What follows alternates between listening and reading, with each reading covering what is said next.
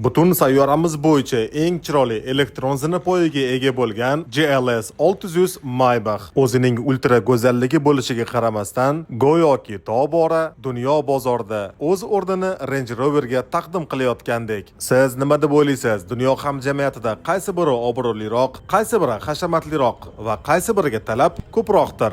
Range Rover SUVda 4 litrli twin turbo 600 dan oshadigan ot kuchi bo'lsa, Maybachda esa 4 litrli biturbo V shakldagi 8 silindrga 550 ot kuchi 730 Newton metr bo'ladi va yetmaganiga joydan sakrash funksiyasi bilan. Shaxsan o'zimning fikrim juda ham bachkana va yarashmagan deb o'ylayman. Bu borada siz nima deb o'ylaysiz? Bu funksiya o'zi kerakmidi yoki shunchaki PRmi? Albatta, sotuvda o'zining eng baland opsiyalaridan biri Night seriyasi ham bor. Uning interyeri, eksteryeri va batafsil ma'lumoti Telegram kanalimizda bo'ladi. Havola profilning yuqori qismida.